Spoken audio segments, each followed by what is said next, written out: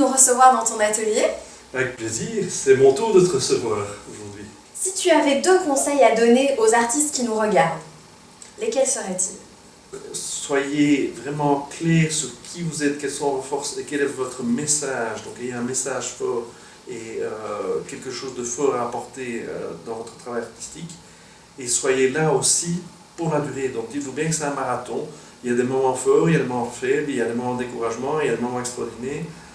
J'ai un petit conseil extra aussi, c'est que vous êtes là pour susciter de l'enthousiasme. Et quand vous suscitez de l'enthousiasme, quelque part vous avez des gens motivés autour de vous. Et en fait, ils deviennent vos ambassadeurs. Donc n'oubliez pas de faire appel à vos ambassadeurs. Ils vont vous aider beaucoup dans votre carrière, beaucoup plus que vous ne le pensez. Pourquoi penses-tu que les artistes aient besoin d'un coach? Et en tout cas toi, quels ont été tes besoins dans le coaching? Les artistes, on est une race un peu spéciale parce que d'une part, on doit avoir un ego assez fort. Parce que si on n'a pas un ego assez fort, on ne sait pas sortir de tas de choses de notre trip et on ne sait pas le montrer à l'extérieur. Ça, c'est un côté de notre personnalité et en même temps, on est des êtres qui doutent énormément. Et c'est ce doute qui nous nourrit et qui, quelque part, aussi nous porte parfois avec des craintes et tout. Et de mon côté, moi, je suis quelqu'un qui bouillonne toujours d'idées, de projets, comme pas mal d'artistes, je dirais.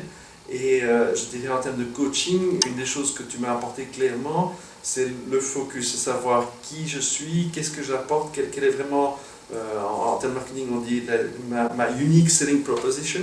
Et il fallait avoir un message qui soit vraiment particulier, qui soit fort en tant qu'artiste.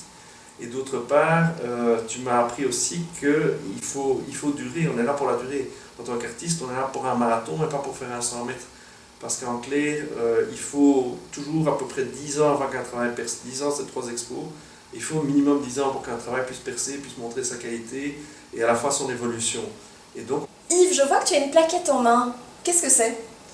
cette plaquette, c'est toute une histoire. Et en fait, elle symbolise justement ma réussite. Je la montre à l'écran. En fait, dans 3 jours, j'inaugure une installation géante qui s'appelle Crescendo. Déjà, le titre veut tout dire par lui-même. Cette installation géante est une double première mondiale. D'une part parce que c'est la première fois que je fais une installation de photosculpture et d'autre part parce que c'est la plus grande installation dans le monde à ce jour dans ce matériau qui s'appelle le Chromalux et elle est vraiment spectaculaire. Merci beaucoup Yves pour ces conseils et pour le partage de ton expérience.